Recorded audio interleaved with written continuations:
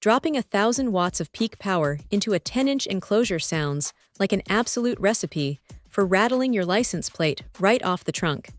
But when it comes to upgrading factory audio on a budget, things are usually a bit more complicated than the marketing numbers suggest.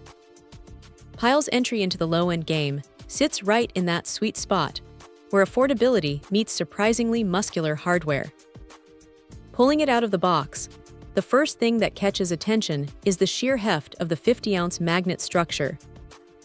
It has a physical weight that immediately tells you this isn't just some flimsy plastic toy, and that rubber magnet boot gives it a surprisingly clean, finished look if it happens to be sitting exposed in a custom trunk build. Now, wiring up a dual 4-ohm voice coil setup can sometimes make your head hurt if you are not paying attention to your final loads. But once it is locked down into those spring-loaded push terminals, the electrical handshake is solid. The non-pressed paper cone combined with that thick, non-fatiguing rubber suspension means the driver can really stretch its legs during heavy excursions without tearing itself apart on your favorite bass-heavy tracks. During actual playback, pushing around 500 watts RMS through that 2-inch 4-layer voice coil keeps things surprisingly stable, even when the volume knob creeps past the comfort zone.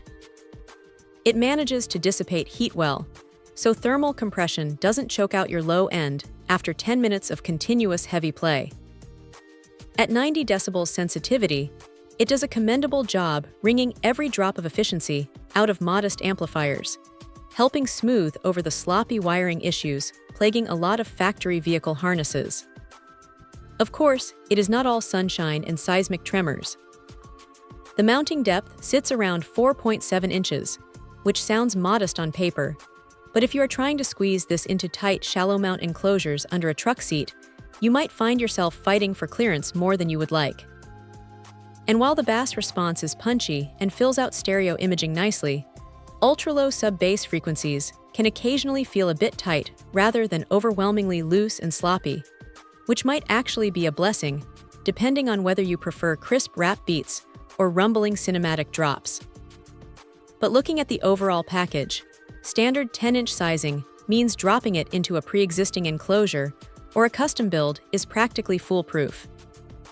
If the goal is to rescue muddy factory sound and inject some actual thump into daily commutes, without spending a small fortune on high-end competition gear, this little powerhouse punches way above its weight class. Check out the video description for updated price. And thank you for watching this video.